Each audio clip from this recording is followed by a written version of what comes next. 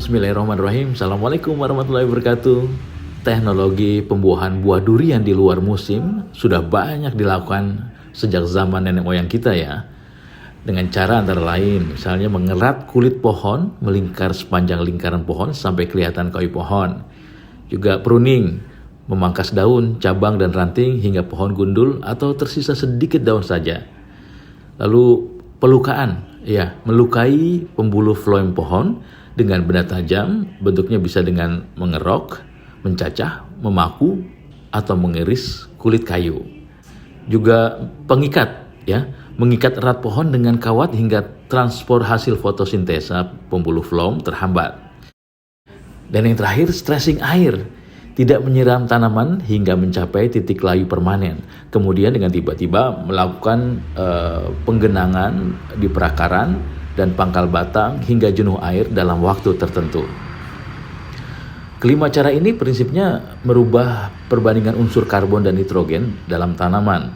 Cara konvensional ini mempunyai kelemahan, yaitu tidak terukur. Kalau aplikasinya kebetulan pas, ya berhasil, tapi kalau tidak pas, ya gagal. Nah, cara terkini untuk pembuahan buah di luar musim yang terukur dan paling banyak dipilih adalah dengan menggunakan kimia pertanian berupa bahan aktif zat pengatur tumbuh. Salah satu zat pengatur tumbuh yang bisa digunakan adalah Paclobutrazol. Zat ini berfungsi menghentikan fase vegetatif dan memacu fase generatif.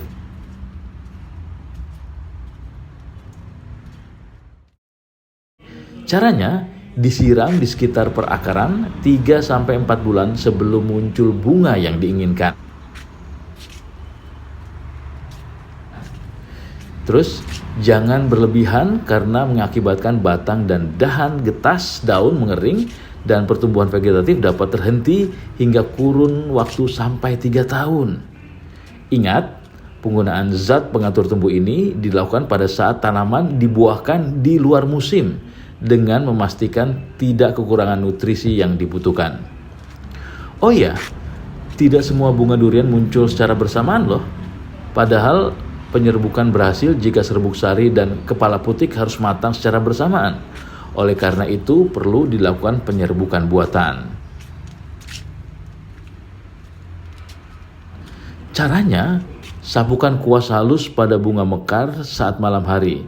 Nah, untuk memaksimalkan kualitas dan kuantitas, sebaiknya dalam satu areal penanaman tidak hanya satu jenis varietas tertentu, tapi bisa dicampur dengan varietas yang lain. Penyiraman dapat dilakukan pada sore hari agar tidak terjadi penguapan, dan air dialirkan melalui parit-parit di setiap sisi pada alur tanaman sesuai dengan kebutuhan. Nah, pada waktu berbunga dan berbuah, penyiraman harus ditangani lebih intensif. Misalnya 1-2 kali sehari, karena masa ini jumlah air yang dibutuhkan sekitar 100-300 liter per pohon.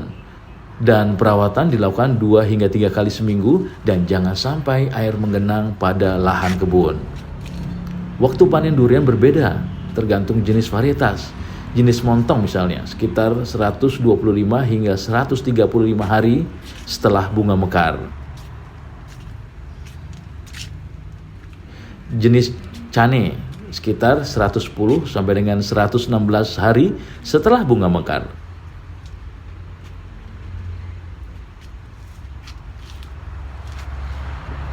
Buah durian mengalami tingkat kematangan sempurna 4 bulan setelah bunga mekar. Nah, ini perlu dicatat ya. Baik, setelah panen perlu banyak air untuk memulihkan pohon dari keadaan stres ke keadaan normal. Sebulan sekali bisa diberikan NPK yang standar ya, yang diberikan ke tanah sehingga tanaman dapat merecovery kesehatannya dengan nutrisi yang cukup untuk mempersiapkan kembali keluarnya bunga berikutnya. Selamat mencoba, semoga bermanfaat. Terima kasih. Wassalamualaikum warahmatullahi wabarakatuh. Sampai jumpa.